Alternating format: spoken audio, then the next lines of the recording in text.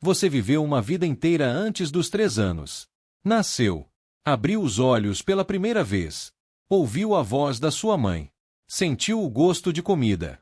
Deu os seus primeiros passos. Disse a sua primeira palavra. Teve os seus primeiros medos, as suas primeiras alegrias, os seus primeiros momentos de reconhecimento do mundo. E você não se lembra de nenhum disso. Nem de um único segundo. Agora, antes de continuar, eu quero que você pense em uma coisa específica. Existe alguma memória da sua infância que você tem certeza absoluta que é sua? Um cheiro, uma imagem, uma sensação?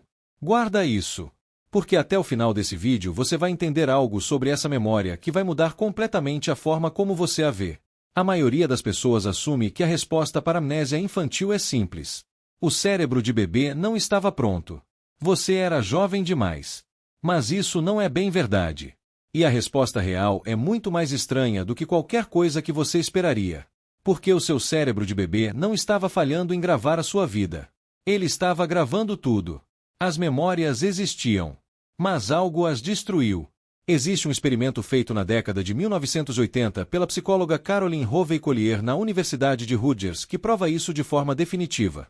Ela amarrou uma fita no tornozelo de bebês e conectou essa fita a um móbile pendurado acima do berço. Os bebês rapidamente descobriram que chutar a perna fazia o móbile se mover. E eles adoravam. Quando ela trouxe os mesmos bebês de volta dias depois, eles se lembravam.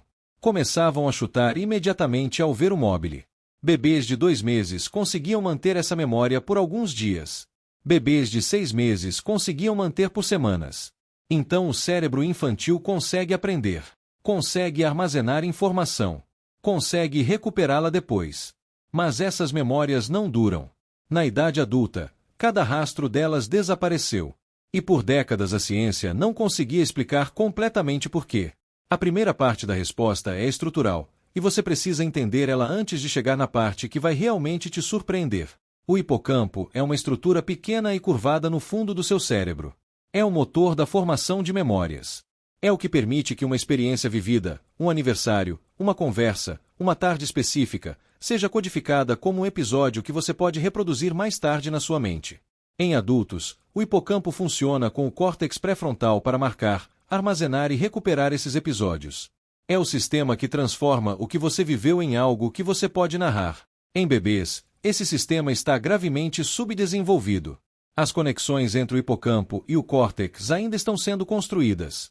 Uma região específica chamada giro denteado, que funciona como a porta de entrada para novas memórias, não está completamente conectada até em algum momento entre os 2 e os 4 anos de idade. Então o seu cérebro de bebê conseguia formar memórias de curto prazo. Ele simplesmente não conseguia movê-las para o armazenamento de longo prazo da forma que o cérebro adulto faz. Mas isso é só metade da história. E a outra metade é onde fica verdadeiramente perturbador. Em 2014, 2 neurocientistas em Toronto descobriram algo que mudou completamente a forma como entendemos a memória infantil. Shanna Jocelyn e Paul Franklin, do Hospital para Crianças Doentes, tinham uma hipótese que soava quase absurda. E se o próprio processo que constrói o seu cérebro fosse também o processo que destrói as suas memórias? Aqui está o que eles queriam dizer. Nos primeiros anos de vida, o seu hipocampo está produzindo novos neurônios a uma taxa extraordinária. Isso se chama neurogênese, e é essencial.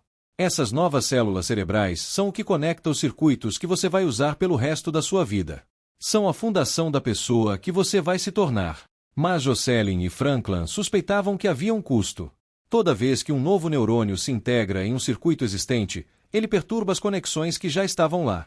As conexões que estavam sustentando as suas memórias. Para testar isso, eles realizaram experimentos com camundongos. Quando aumentaram artificialmente a neurogênese em camundongos adultos, esses camundongos começaram a esquecer coisas que tinham aprendido anteriormente. Quando desaceleraram a neurogênese em camundongos filhotes, esses filhotes conseguiram manter suas memórias por muito mais tempo que o normal. Os resultados, publicados na revista Science, apontaram para uma conclusão profundamente contraintuitiva. O seu cérebro de bebê não era fraco demais para guardar memórias. Ele estava ocupado demais crescendo. A mesma explosão de novos neurônios que construiu o seu cérebro também sobrescreveu as memórias armazenadas dentro dele.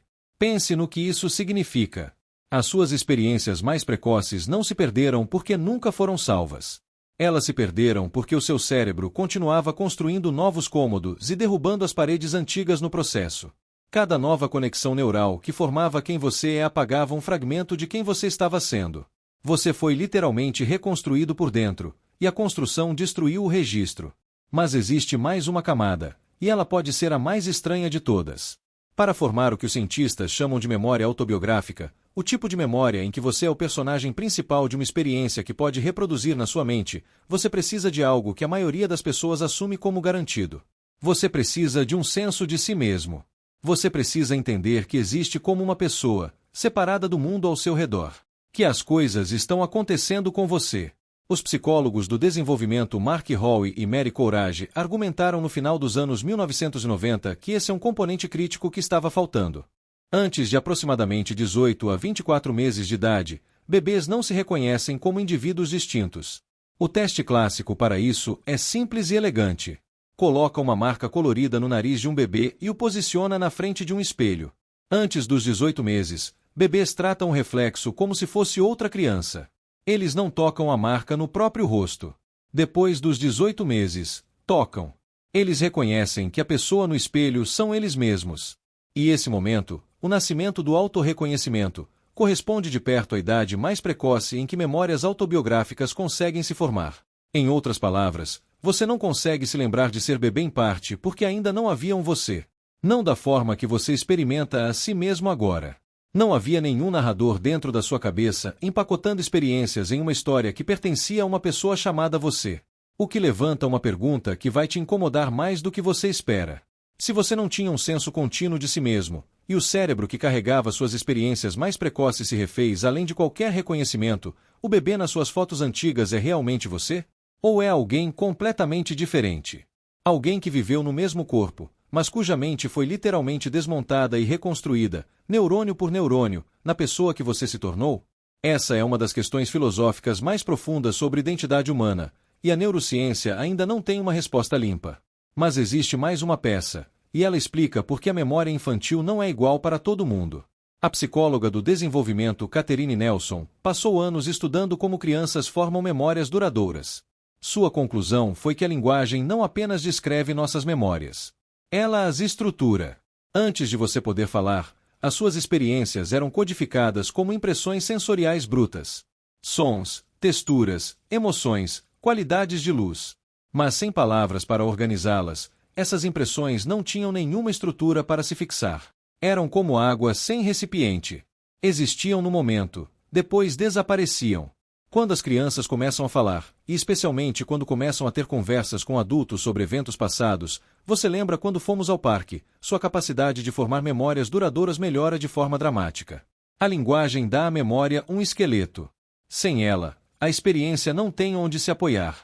E essa descoberta tem uma implicação que a pesquisadora Qi Wang, da Universidade Cornell, demonstrou de forma fascinante. A idade da sua memória mais antiga varia dependendo da cultura em que você cresceu. Em culturas ocidentais, onde pais frequentemente narram as experiências das crianças, fazem perguntas, contam histórias, constroem narrativas pessoais, as memórias mais antigas tendem a começar por volta dos 3 anos e meio. Entre os Maori da Nova Zelândia, cuja tradição oral coloca uma ênfase extraordinária na história pessoal e na narrativa ancestral, a média de primeiras memórias chega até os 2 anos e meio. Em algumas culturas do leste asiático, onde as narrativas da primeira infância focam menos no indivíduo e mais no coletivo, as primeiras memórias tendem a começar mais perto dos 4 anos ou depois. A cultura em que você cresceu literalmente moldou o quão longe a sua memória alcança. Agora volta para aquela memória que eu pedi que você guardasse no início. Aquela que você tem certeza que é sua. Aquela que parece pertencer a você da mesma forma que o seu próprio nome pertence a você. Aqui está o que a ciência sabe sobre essas memórias. A maioria dos adultos relata que suas memórias mais antigas datam de por volta dos 3 anos. Mas pesquisas mostram consistentemente que quando adultos são questionados sobre memórias específicas de infância que afirmam ser suas, uma parte significativa delas não resiste à verificação. São memórias de histórias que outras pessoas contaram sobre eles. São memórias de fotografias que viram. São memórias de eventos que aconteceram, mas que foram reconstituídas de tal forma pelo cérebro adulto que parecem mais vívidas e coerentes do que poderiam realmente ter sido. O hipocampo não é apenas um gravador. Ele é um editor que reescreve continuamente o que gravou. O que você acredita ser a sua memória mais antiga pode ser a história que alguém te contou sobre esse dia. Pode ser a fotografia que você viu tantas vezes que o seu cérebro construiu um vídeo ao redor dela. Pode ser um fragmento real envolvido em uma narrativa que o seu cérebro adulto inventou para fazer aquele fragmento fazer sentido. Não existe uma forma de saber com certeza.